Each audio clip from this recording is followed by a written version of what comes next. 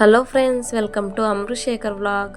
ఇవాళ మనం ఎంతో టేస్టీ అండ్ ఈజీగా రెడీ అయిపోయే ఫిష్ ఫ్రైని తయారు చేసుకుందామండి. వీటి కోసం ముందుగా ఫిష్ని తీసుకొని బాగా క్లీన్ చేసుకోవాలి. చిన్న చిన్న ముక్కలుగా కట్ చేసుకొని వాటిపైన కొంచెం ఉప్పు, రా సాల్ట్ ఉంటే వేసుకోండి. అలాగే నిమ్మరసం వేసి నీట్గా కడిగి పెట్టుకొని వేరే బౌల్లో వేసుకున్నాను.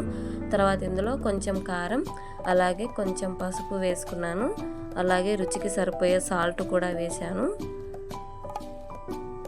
తర్వాత ఇందులో సగం కట్ చేసి పెట్టుకున్న నిమ్మరసం వేశాను.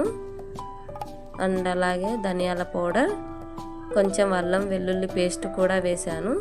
వేసి అన్నిటిని బాగా కలిపిన తర్వాత వీటన్నిటిని ఫిష్ ముక్కలకి బాగా అంటించాలి. తర్వాత మనం స్టవ్ వెలిగించి కడాయి పెట్టుకొని అందులో డీప్ ఫ్రై కోసం ఆయిల్ హీట్ చేసుకున్నానండి.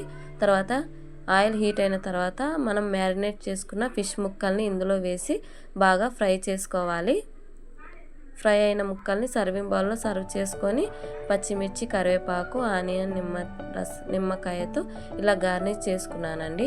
అంతే, ఎంతో టేస్టీ అండ్ ఈజీగా రెడీ అయిపోయి ఫిష్ ఫ్రై రెడీ అయిపోయింది. నా వీడియో మీకు నచ్చితే లైక్ చేసి, షేర్ చేసి, సబ్స్క్రైబ్ చేసుకోండి. థ్యాంక్ యూ ఫర్ వాచింగ్ అండి.